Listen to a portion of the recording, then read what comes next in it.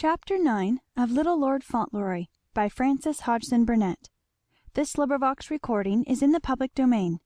CHAPTER 9 The Poor Cottages.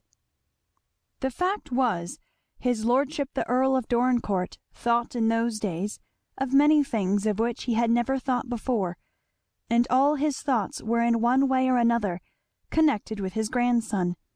His pride was the strongest part of his nature, and the boy gratified it at every point. Through this pride he began to find a new interest in life. He began to take pleasure in shewing his heir to the world. The world had known of his disappointment in his sons, so there was an agreeable touch of triumph in exhibiting this new Lord Fauntleroy, who could disappoint no one. He wished the child to appreciate his own power and to understand the splendour of his position. He wished that others should realize it too. He made plans for his future. Sometimes in secret he actually found himself wishing that his own past life had been a better one, and that there had been less in it that this pure childish heart would shrink from if it knew the truth. It was not agreeable to think how the beautiful innocent face would look if its owner should be made by any chance to understand that his grandfather had been called for many a year the wicked Earl of Dorincourt. The thought even made him feel a trifle nervous. He did not wish the boy to find it out. Sometimes in this new interest he forgot his gout, and after a while his doctor was surprised to find his noble patient's health growing better than he had expected it ever would be again. Perhaps the Earl grew better because the time did not pass so slowly for him, and he had something to think of besides his pains and infirmities. One fine morning people were amazed to see little Lord Fauntleroy riding his pony with another companion than Wilkins. This new companion rode a tall powerful grey horse, and was no other than the Earl himself. It was, in fact, Fauntleroy who had suggested this plan. As he had been on the point of mounting his pony, he had said rather wistfully to his grandfather, "I wish you were going with me. When I go away I feel lonely, because you are left all by yourself in such a big castle. I wish you could ride too." And the greatest excitement had been aroused in the stables a few minutes later by the arrival of an order that Selim was to be saddled for the Earl. After that Selim was saddled almost every day, and the people became accustomed to the sight of the tall grey horse carrying the tall grey old man, with his handsome fierce eagle face, by the side of the brown pony which bore little Lord Fauntleroy. And in their rides together through the green lanes and pretty country roads, the two riders became more intimate than ever, and gradually the old man heard a great deal about Dearest and her life. As Fauntleroy trotted by the big horse he chatted gayly. There could not well have been a brighter little comrade, his nature was so happy. It was he who talked the most. The Earl often was silent, listening and watching the joyous glowing face. Sometimes he would tell his young companion to set the pony off at a gallop, and when the little fellow dashed off, sitting so straight and fearless, he would watch him with a gleam of pride and pleasure in his eyes, and when after such a dash Fauntleroy came back waving his cap with a laughing shout, he always felt that he and his grandfather were very good friends indeed. One thing that the Earl discovered was that his son's wife did not lead an idle life. It was not long before he learned that the poor people knew her very well indeed. When there was sickness or sorrow or poverty in any house, the little brougham often stood before the door. "Do you know," said Fauntleroy once, "they all say 'God bless you' when they see her, and the children are glad. There are some who go to her house to be taught to sew. She says she feels so rich now that she wants to help the poor ones." It had not displeased the Earl to find that the mother of his heir had a beautiful young face, and looked as much like a lady as if she had been a duchess; and in one way it did not displease him to know that she was popular and beloved by the poor; and yet he was often conscious of a hard jealous pang when he saw how she filled her child's heart, and how the boy clung to her as his best beloved. The old man would have desired to stand first himself and have no rival. That same morning he drew up his horse on an elevated point of the moor over which they rode, and made a gesture with his whip over the broad, beautiful landscape spread before them. "Do you know that all that land belongs to me?" he said to Fauntleroy. "Does it?" answered Fauntleroy. "How much it is to belong to one person, and how beautiful!" "Do you know that some day it will all belong to you, that and a great deal more?" "To me?" exclaimed Fauntleroy, in rather an awe-stricken voice. "When?" "When I am dead," his grandfather answered. "Then I don't want it," said Fauntleroy. "I want you to live always."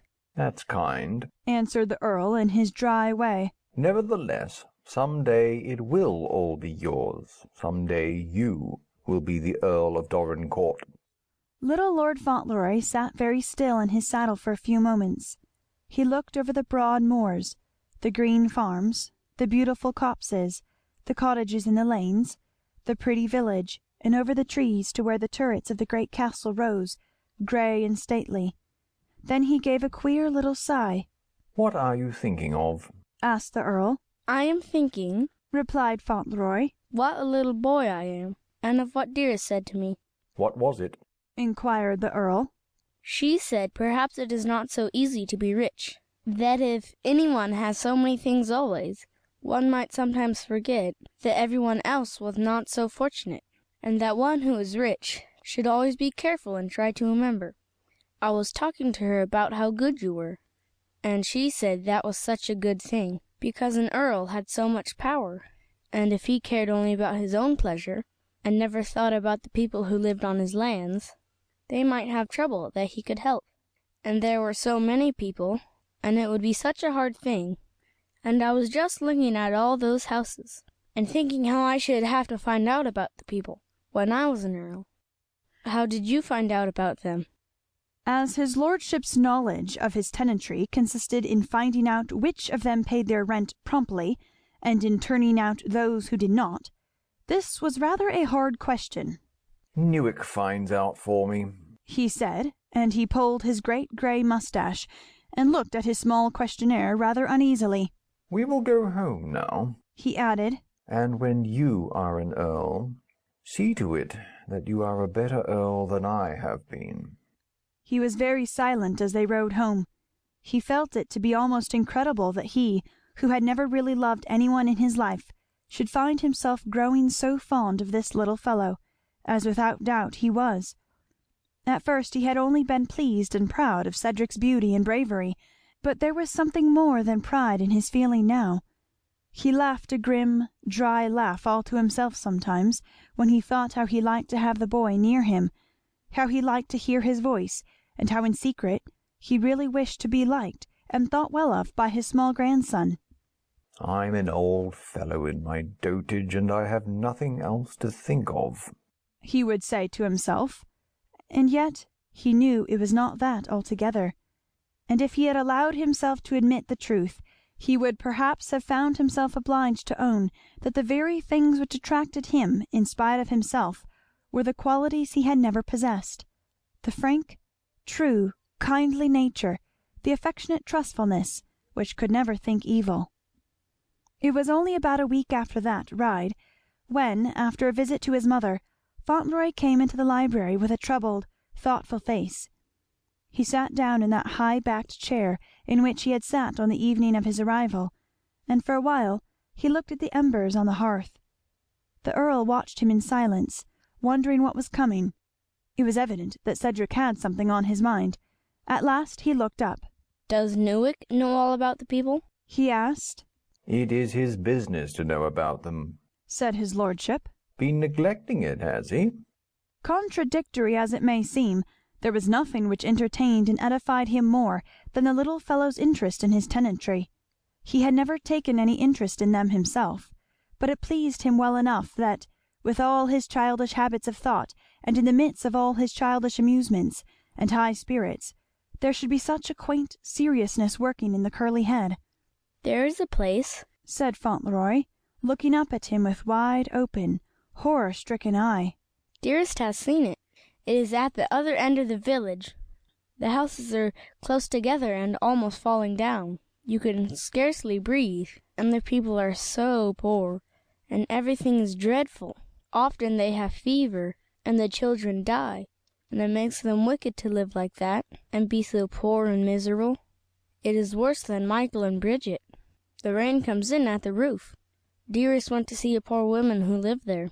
She would not let me come near her until she changed all her things. The tears ran down her cheeks when she told me about it. The tears had come into his own eyes, but he smiled through them. I told her you didn't know, and I would tell you, he said. He jumped down and came and leaned against the Earl's chair. You could make it all right, he said, just like you made it all right for Higgins. You always make it all right for everybody. I told her you would, and Newick must have forgotten to tell you. The Earl looked down at the hand on his knee. Newick had not forgotten to tell him. In fact, Newick had spoken to him more than once of the desperate condition of the end of the village known as Earl's Court. He knew all about the tumble-down miserable cottages, and the bad drainage, and the damp walls and broken windows and leaking roofs, and all about the poverty, the fever, and the misery. Mr. Mordaunt had painted it all to him in the strongest words he could use, and his lordship had used violent language in response. And when his gout had been at the worst, he said that the sooner the people of Earl's Court died and were buried by the parish, the better it would be, and there was an end of the matter. And yet, as he looked at the small hand on his knee, and from the small hand to the honest, earnest, frank-eyed face, he was actually a little ashamed both of Earl's Court and himself. "What?" he said. "You want to make a builder of model cottages of me, do you?" And he positively put his own hand upon the childish one and stroked it. Those must be pulled down, said Fauntleroy with great eagerness. Dearest says so. Let us go and have them pulled down tomorrow. The people will be so glad when they see you. They'll know you have come to help them. And his eyes shone like stars in his glowing face. The Earl rose from his chair and put his hand on the child's shoulder. "Let us go out and take our walk on the terrace," he said with a short laugh. "and we can talk it over."